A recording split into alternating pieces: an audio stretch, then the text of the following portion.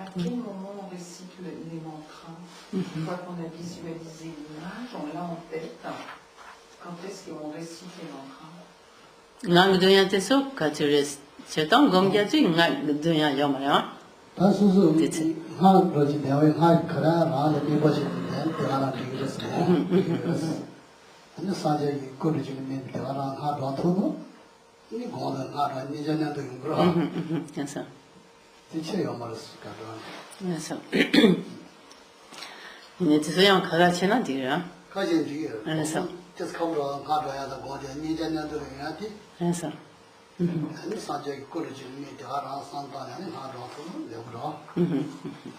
Donc, bien sûr, si en même temps que nous pratiquons la méditation de concentration, nous arrivons à réciter les mantras, tels que le mantra du Bouddha Shakyamuni, bien sûr, cela sera à la fois une méditation de concentration et une récitation de mantra, mais disons, au départ, il est assez difficile de faire les deux en même temps pour pouvoir vraiment faire progresser la concentration.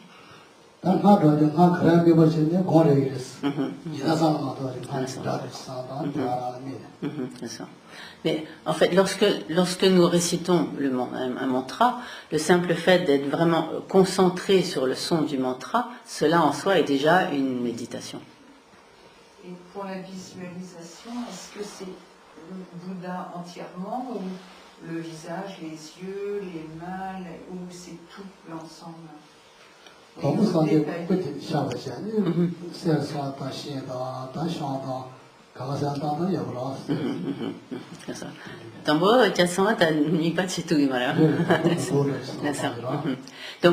au départ, il sera très difficile d'arriver à visualiser l'ensemble du corps du Bouddha. Donc, il est donc ainsi généralement conseillé de d'abord essayer de se concentrer, par exemple, sur le visage du Bouddha et également également à ce moment-là, petit à petit, de détailler le visage du Bouddha, le nez, les yeux, etc. Puis progressivement arriver à visualiser les autres parties du corps.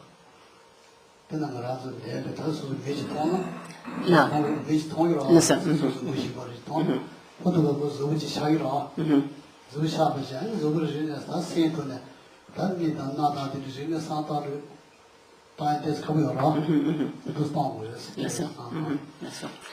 Donc, par exemple, lorsque nous avons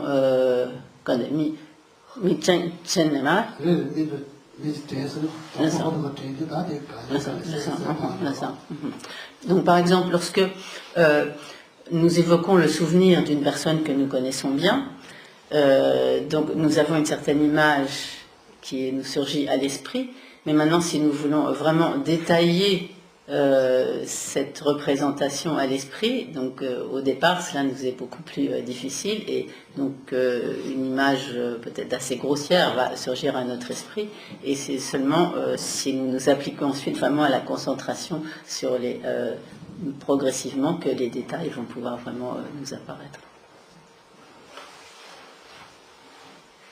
Est-ce que c'est plus facile le fait de visualiser sur une grande image mentale ou une petite image?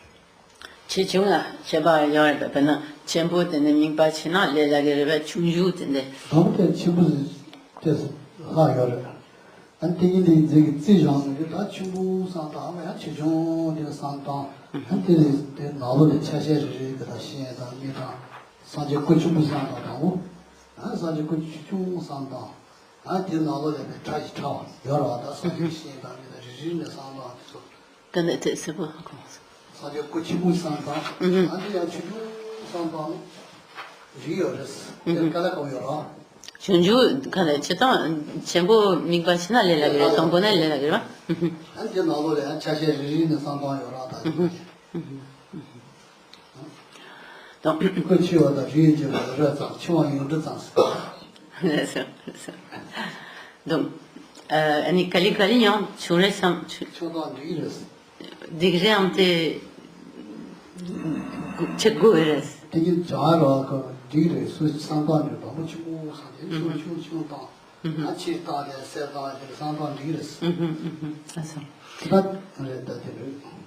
Donc au départ, de manière générale, il nous sera plus facile de visualiser donc cette image d'assez grande taille, car cela nous permettra aussi plus facilement, progressivement, de voir les détails, et nous pouvons après éventuellement réduire la taille de cette image.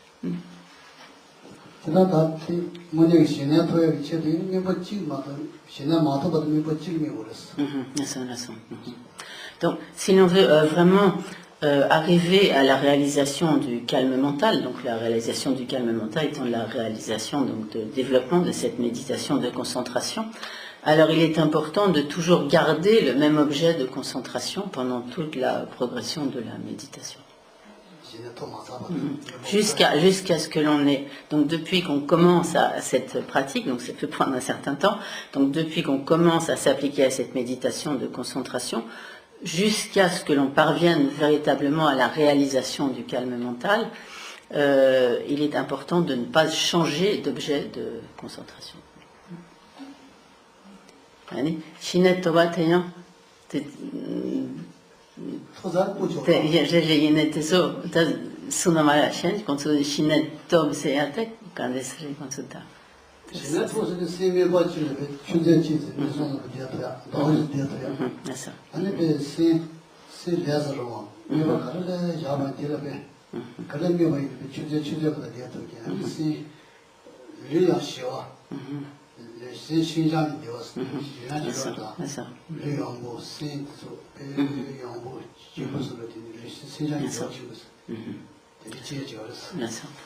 Et en fait, ce qui va caractériser vraiment la réalisation du calme mental, c'est le fait donc de pouvoir vraiment demeurer à loisir pendant des heures et des jours, continuellement, en totale concentration donc, sur cet objet donc, de concentration. Et cette réalisation donc, du calme mental, qui est en tibétain donc Shinai, en sanskrit shamatha, elle se caractérise par l'apparition donc d'une très grande,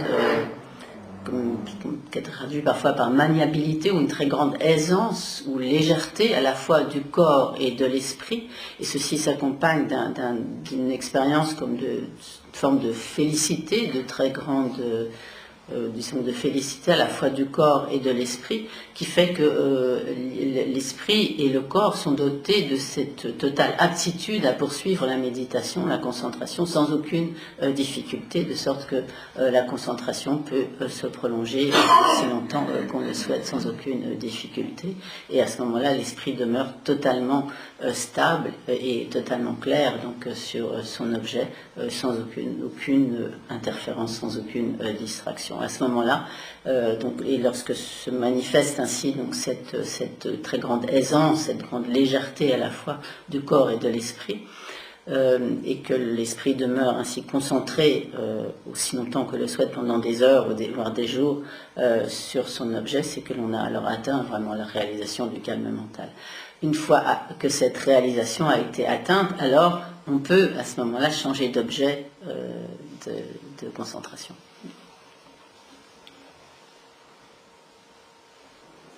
Alors, j'ai bien compris que quand on récite les mantras, c'est la résonance des syllabes, des sons qui est importante. Et admettons, quand on n'arrive pas à retenir certains mots, est-ce que le fait de regarder l'orthographe, ça a aussi son importance? Ou c'est surtout la résonance des paroles qui compte? Antana jasumba no shitana nga duntu ya kade nga ki jala ya da ni pasena mine gom regres ina ce pena j'ai ce quand c'est temps c'est beau kade nga ki duntan de c'est beau chen matuna ya yige la tana chedwe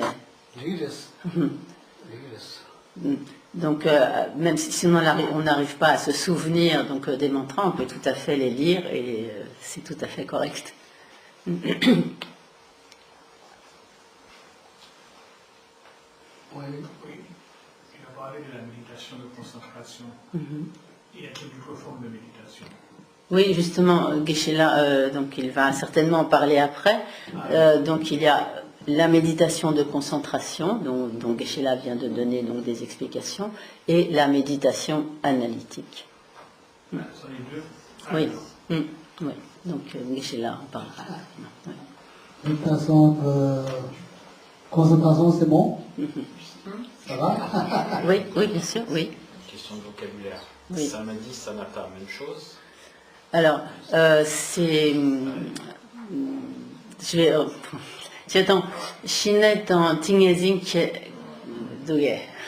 Shinet tingezin tet chawo yorda. Tet chawo. Bawo de ça. Là. Shinet de gonde. Gonde la shinet de tingezin sidi. Na shinet de tingezin la. Da shinet. Tingezin là, shinet. Shinet de chawo. Là. Shinet do la. Là. Donc, en fait, souvent, ce que l'on appelle la concentration en tibétain, donc Shinne, et Shamatha, donc en sanskrit, c'est en quelque sorte l'aboutissement de la pratique du samadhi. Donc, le samadhi n'est pas nécessairement réalisation du calme mental de Shinne, mais Shinne implique la présence du samadhi. Donc, le Shamatha implique qu'il y a présence du samadhi.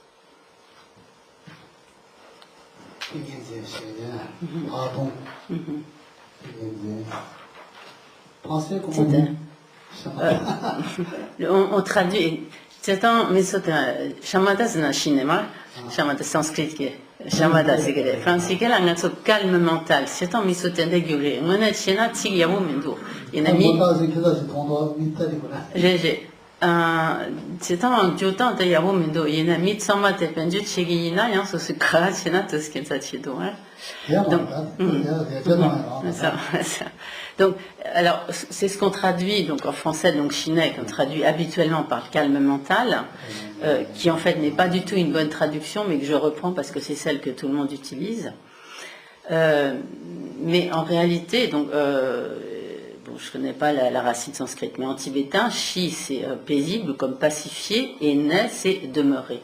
Donc, il serait plus juste en fait de traduire par pacification stable ou à la limite stabilisation pacificatrice ou quelque chose comme ça pour vraiment ce qui a beaucoup plus de sens que de traduire par calme mental qui en fait induit plutôt en erreur mais comme c'est ce que la traduction tout le monde emploie aujourd'hui bon. Tiens, donc,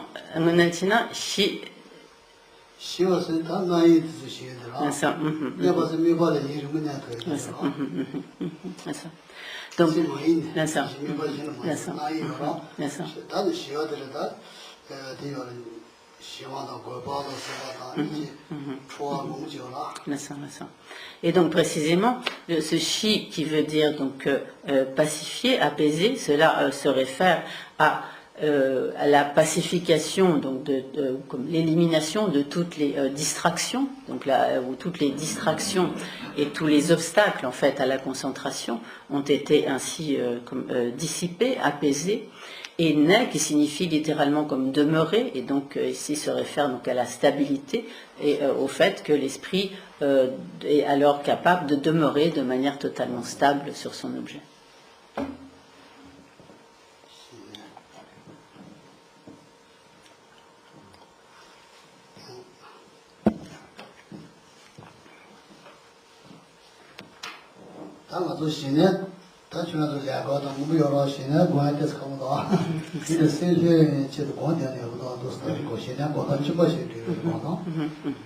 Tasgomna, cinéma, Djounayam, Matobnayam,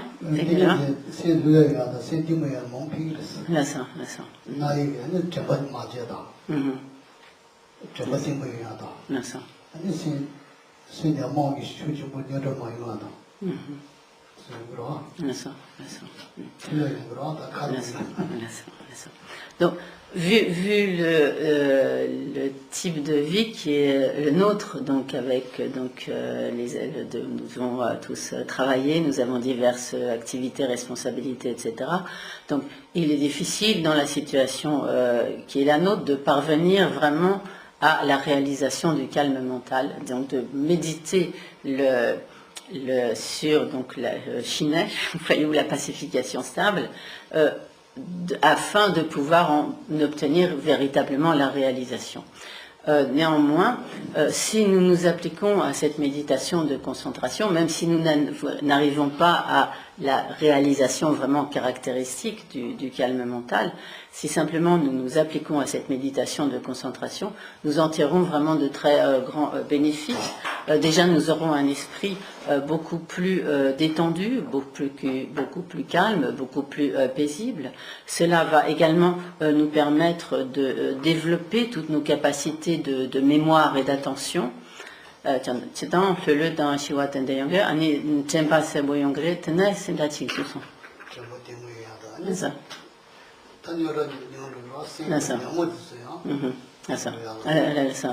Et également, donc, le fait de nous appliquer à cette méditation de concentration nous permettra d'être beaucoup moins aisément submergés par les divers facteurs perturbateurs de l'esprit, et donc de mieux contrôler globalement notre esprit.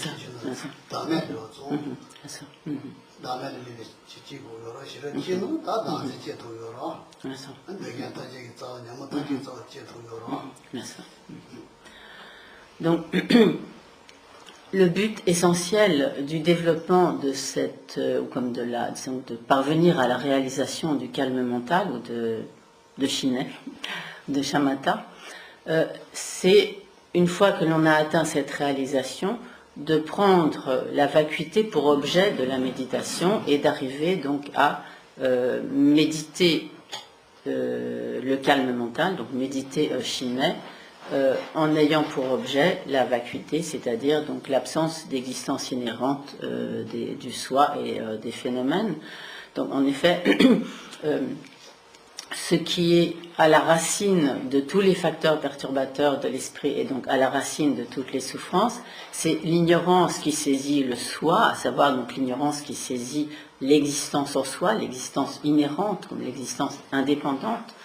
Donc, une fois, lorsque l'on a réalisé le calme mental, si on développe la sagesse qui réalise le non-soi et que l'on applique cette réalisation du calme mental sur donc cette réalisation du non-soi, donc à ce moment-là, on peut directement combattre l'ignorance, car c'est cette sagesse qui réalise le non-soi qui est l'antidote direct de l'ignorance, qui est elle-même à la racine de tous les facteurs perturbateurs de l'esprit.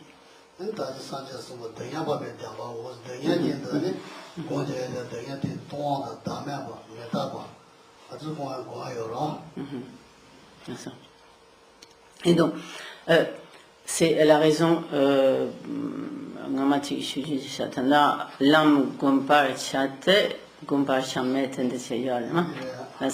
donc c'est la raison pour laquelle donc le Bouddha a dit donc méditer le chemin, bien qu'il n'y ait rien à méditer. Ce que nous devons donc comprendre ainsi par cela, c'est que bien sûr le chemin existe, nous devons méditer le chemin, mais il est important de méditer sur l'absence d'existence inhérente, l'absence d'existence en soi de tout existant et en particulier du chemin.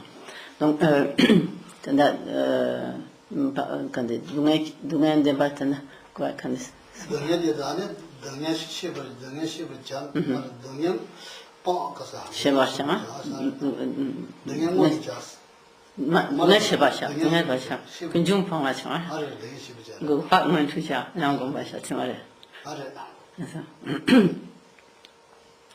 et donc ainsi le Bouddha a dit donc à propos des 4 nobles vérités, donc reconnaissez ou comme identifiez la nature de la souffrance, identifiez la vérité de la souffrance, abandonnez ou rejetez la vérité de l'origine de la souffrance, réalisez la noble vérité de la cessation et méditer ou pratiquer donc la noble vérité du chemin.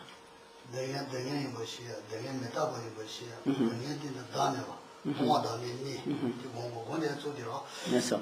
Et à propos donc de la noble vérité de la souffrance, quand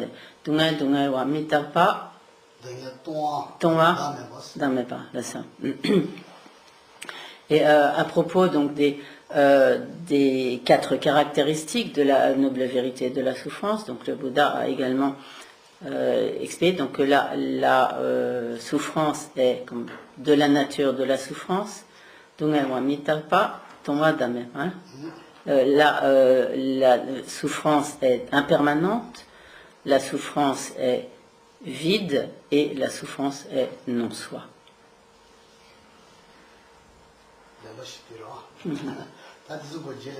Donc, c'est simplement une évocation des 4 caractéristiques de la noble vérité de la souffrance. Donc, Geshe-la avait énoncé précédemment qu'il y a un ensemble de 16 caractéristiques des 4 nobles vérités. Geshe-la a simplement énoncé donc, les 4 caractéristiques appartenant à la vérité de la souffrance.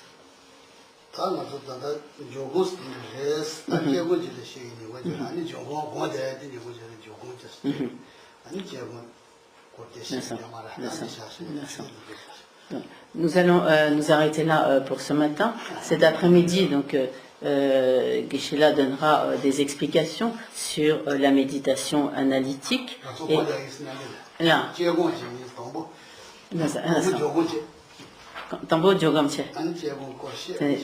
donc tout d'abord, dans l'ordre, chronologiquement, nous commencerons cet après-midi par une application pratique de la méditation de concentration. Ensuite, Geshe-la donnera des explications sur la méditation analytique et nous nous appliquerons également à la méditation analytique. Donc si entre-temps vous avez des questions, vous pouvez les noter et les poser après déjeuner. Donc, nous prendrons le repas ensemble, qui normalement a été très aimablement préparé pour nous. Donc, nous prendrons le repas dans la maison.